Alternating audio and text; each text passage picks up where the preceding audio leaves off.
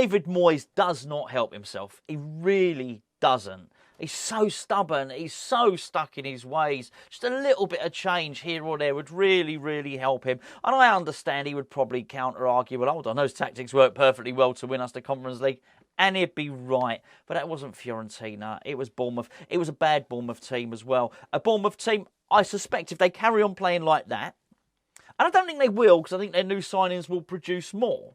But Bournemouth playing like they played against us today get relegated. I think they would be the third team that would go down, basically. And I don't mean that to be nasty to them or anything like that. They just weren't good enough. I thought, even though we were only really ever in third gear with last season's players, we were comfortable. And for that reason, I was actually quite pleased with what I saw. And at the start, I was thinking, well, hold on, this is good. If we can do this, and we can add to it. And I think we will add to it. Well, I know we'll add to it. Obviously, we're going to announce James Ward-Prowse. We're going to bring in Maguire. There clearly will be another attacker to come in. I thought, well, do you know what? We're going to be all right this season. And it might not be absolutely brilliant, but we will be all right. However, the way David Moyes reverted back into type does not help him. Does not help his cause at all. And I don't know why he did it. I'll tell you what was evident to me when I was watching that game as well. You know, some people said that he never... Well, Mark Warburton pretty much indicated that David Moyes didn't do what was suggested to him. I always suspected that when Paul Nevin was up on pitch side in David Moyes' ear talking to him, you'd see the pair of them by the touchline.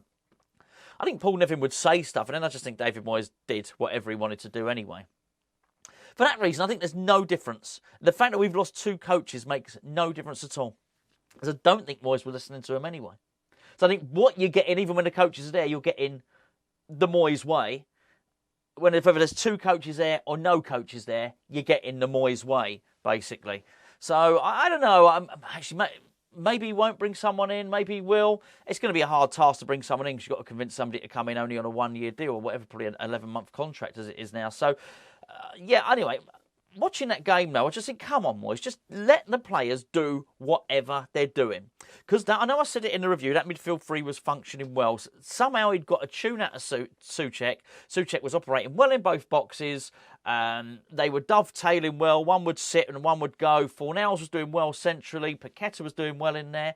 And do you know what? Fair play. David Moyes would have constructed that on the training pitch. Then good. Let your good work carry on then, Moyesy. But to stop and think, oh no, we're 1-0 up, we'll go and we'll shut up shop. We didn't need to shut up shop. They were practically, there was no danger at all.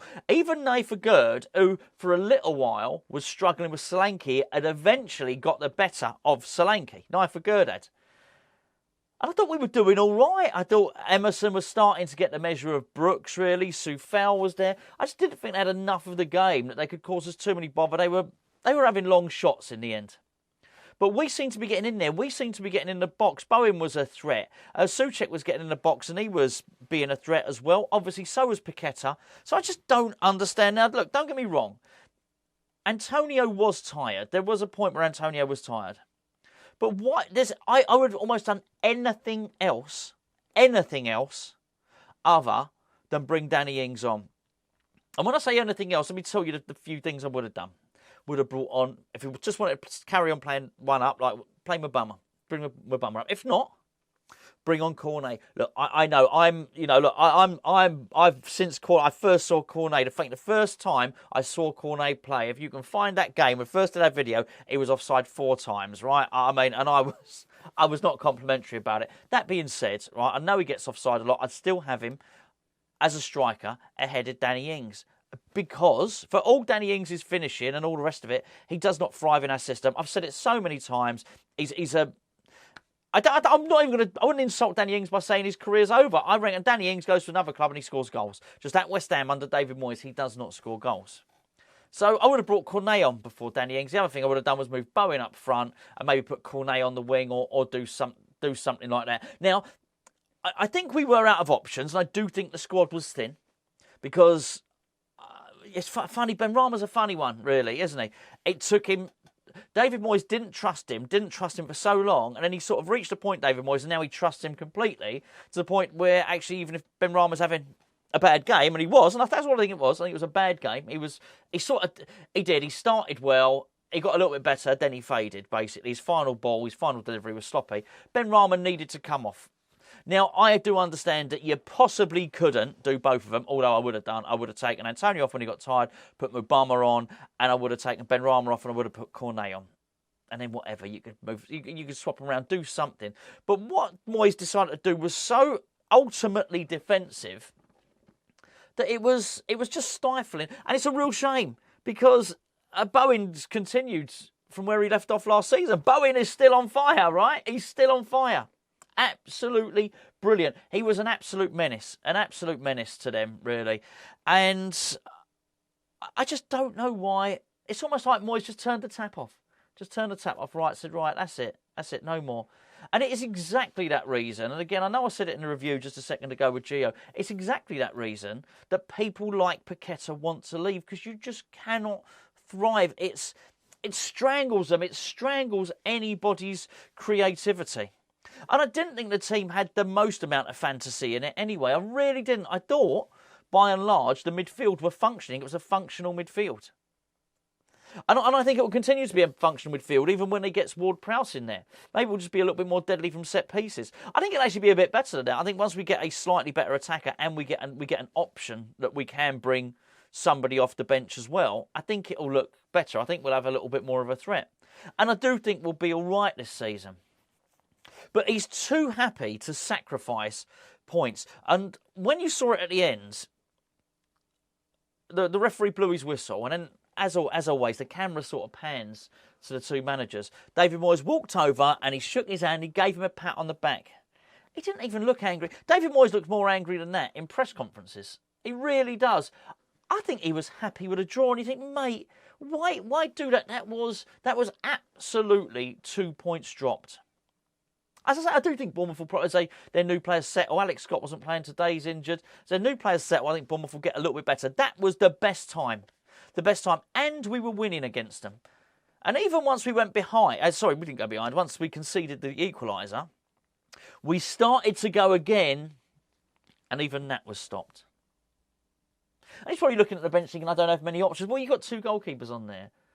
There are, there's Kadua, there's Sawyer, and of course there's Earthy, and there's Callum Marshall. 4 players on there, 4 attacking players, who, if they're on the bench and you were looking for a goal, look, you might as well. Look, if you're going to throw on Maxwell Cornet with 90 seconds to go, what's the problem? You can't think that you trust Cornet more than those youngsters. Cornet, what? Because he's going to know his position defensively? He's not on there as a defender. Just do something. Roll the dice, but... it's just utterly frustrating watching David Moyes take that point. And as I say, it is hard to defend him, because I actually went into the game with a little bit of hope. I was looking forward to it, and do you know what? There were parts of the game I did enjoy. And I'm not saying it's the end of the world, far from it, right? I do actually think when we get the signings in, we'll be all right. I really do. But even once that's happened, we're still 2 points behind where we should have been. And I know previous seasons we start off with sort of no points. But this was it. This game and Luton, you've got to get the points here, because the other games are tougher. The other games surrounding it. He is annoying. He does not help himself, and he immediately puts himself under pressure. Because if we don't win our next couple of games, or whatever the case may be, then immediately his job is under pressure. I just think it's just so it's crazy. It's crazy. It's really, really limited, low expectation thinking. I just cannot believe why you would set a team up once you go 1 up to defend for your lives against Bournemouth. Even said it, the commentator said it. That's the first time Dominic Solanke has scored against West Ham. You think, oh, for goodness sake, he's not prolific. He was in the Championship. He's not a prolific Premier League player. That being said, I think he'd probably do not a half bad job for us. Anyway, ultimately frustrating. But David Moyes brought that on himself. He honestly had 3 points in the palm of his hand, and he just said, yeah, I'll take one. You know what? I'll just take this 1 point, and we'll chuck 2 away.